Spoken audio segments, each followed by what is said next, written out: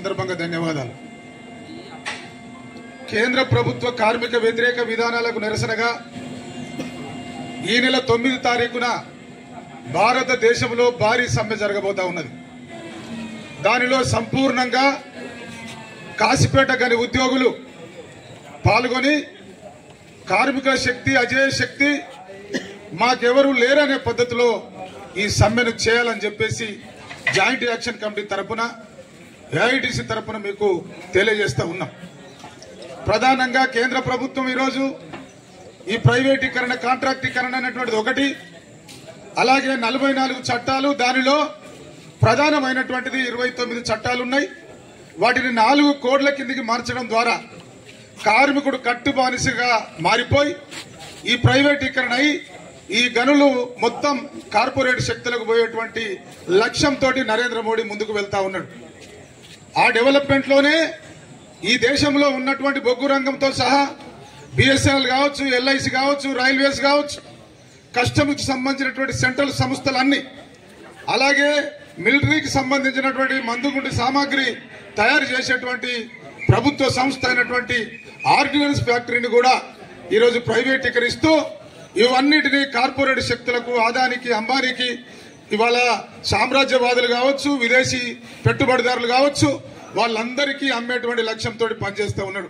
ఆ డెవలప్మెంట్ లోనే నరేంద్ర మోడీ గారు ఈ 11 సంవత్సరాల కాలంలో ప్రపంచ దేశాలన్నీ తిరుగుతూ అక్కడున్నటువంటి పరిశ్రమాధిపతులు, సామ్రాజ్యవాదులు, పెట్టుబడిదారులకు ఎక్కిపోయి మా దేశంలో కారు చౌకగా బొగ్గు గనులు ఉన్నాయి, మా దేశంలో కారు చౌకగా బిఎస్ఎన్ఎల్ ఉంది, ఎల్ఐసి ఉంది, రైల్వేస్ ఉంది, ఓడరేవులు ఉన్నాయి, విమానాశ్రయాలు ఉన్నాయి, రండి పెట్టుబడులు పెట్టండి, దోచుకోండి అనేటువంటి పద్ధతిలో మాట్లాడితే వాళ్ళు ఒకటే అంటూ ఉన్నారు, ఏమయ్యా నరేంద్ర మోడీ మీరు మా దగ్గరికి వచ్చి ఇట్లా చెప్తా ఉన్నారు, కానీ ప్రపంచంలో ఏ దేశ కార్మికునికి లేనటువంటివి భారతదేశ కార్మికునికి, కర్ణునికి కవచ కుండలాల లాంటి చట్టాలు భారతదేశ కార్మిక వర్గానికి ఉన్నాయి.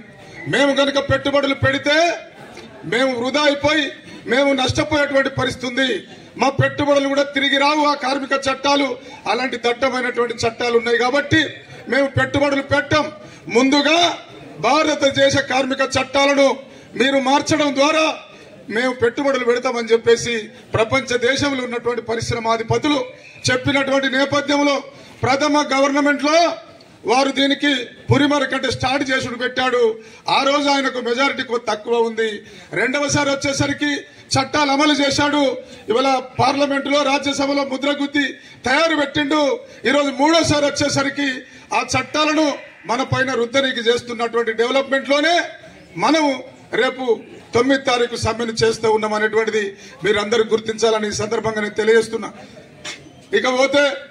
ఇకపోతే దానిలో అందరం అంటా ఉన్నాం 44 చట్టాలు, దానిలో 29 ప్రధానం, దానిలో 4 కోడ్లు అనేటువంటిది మనం చూసినట్లయితే, ఒకటి ఇండస్ట్రియల్ రిలేషన్ కు సంబంధించినటువంటిది, ఒకటి వేతనాలకు సంబంధించింది, ఒకటి సేఫ్టీ సౌకర్యాలు వర్కింగ్ కండిషన్ కు సంబంధించింది, ఒకటి సామాజిక భద్రతకు సంబంధించినటువంటి 4 కోడ్లు అనేటువంటిది చేశారు.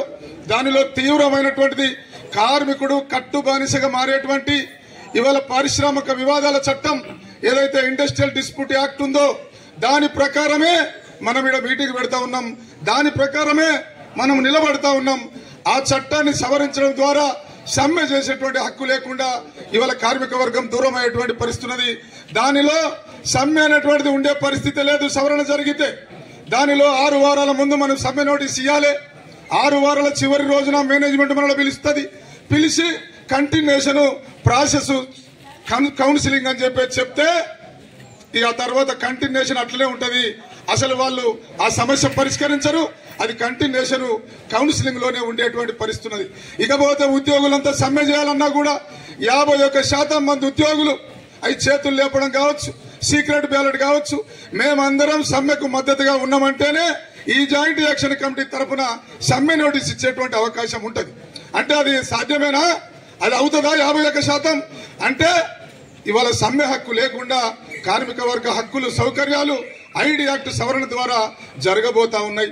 ఇకపోతే ట్రేడ్ యూనియన్ చట్టం అనేటువంటి దాని ద్వారానే ఈరోజు 100 సంవత్సరాల చరిత్రలో స్వాతంత్రానికి ముందు నుంచి ఇప్పటి వరకు ఈరోజు 44 చట్టాలు మనం సాధించుకున్నదంతా ఈ సమ్మె ద్వారానే, ఈ హర్తాల ద్వారానే, ఈ గేరావ్ ద్వారానే, ఈ ప్రదర్శనల ద్వారానే, ఈ మొబిలైజేషన్ ద్వారానే మనం సాధించుకున్నాం. అది under control of trade union. ఆ ట్రేడ్ యూనియన్ చట్టాన్ని కూడా సవరించడం ద్వారా మనము అసలు ట్రేడ్ యూనియన్ తయారు లేకున్నటువంటి పరిస్థితి ఉంది.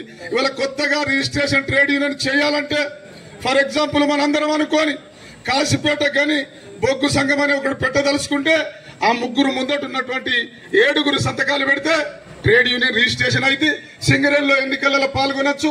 రిజిస్ట్రేషన్ సంఘంగా దానికి కొన్ని హక్కులు, చట్టబద్దమైన హక్కులు ఉండేటువంటి పరిస్థితి నిన్న ఉండే. మరి నేడు ఈరోజు 40,000 మంది సింగరేణి కార్మికులు ఉన్నారు. వాళ్ళు 4,000 మంది 10% ఎవరైతే సంతకాలు పెడతారో 40,000కు 4,000 మంది సంతకాలు పెడితే ట్రేడ్ యూనియన్ కొత్తది రిజిస్ట్రేషన్ అయితే ఇది సాధ్యమా? 4,000 మంది పెడతారా?